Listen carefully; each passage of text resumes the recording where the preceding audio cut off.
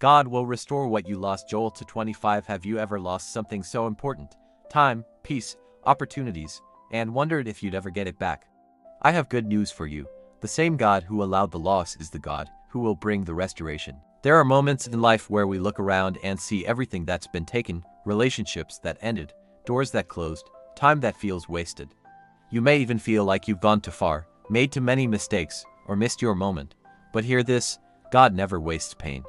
When He allows loss, it's never to leave you empty, it's to prepare you for greater restoration. In Joel 2:25, God makes a promise. I will restore to you the years that the locust has eaten. That means everything that was stolen, broken, or delayed, God can bring it back in a way that's better than before. You might not get back exactly what you lost, but you'll receive something greater in value. Maybe you lost your confidence, your joy, your peace. Maybe life knocked you down, and you thought that was the end. But God says, I'm not finished with you. Restoration doesn't always happen overnight. It's a process, one where God rebuilds your life, piece by piece. He restores your spirit, your faith, your hope, and then He opens new doors that no one can shut. Think of Job. He lost everything, but in the end, God gave him double for his trouble.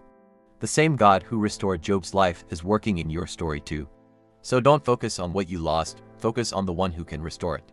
You may have been through a season of loss, but you're about to step into a season of restoration. If this message spoke to your heart, type "God will restore me" in the comments below. Share this video with someone who's believing for restoration. And remember, when God restores, He doesn't just give you back what was lost, He multiplies it.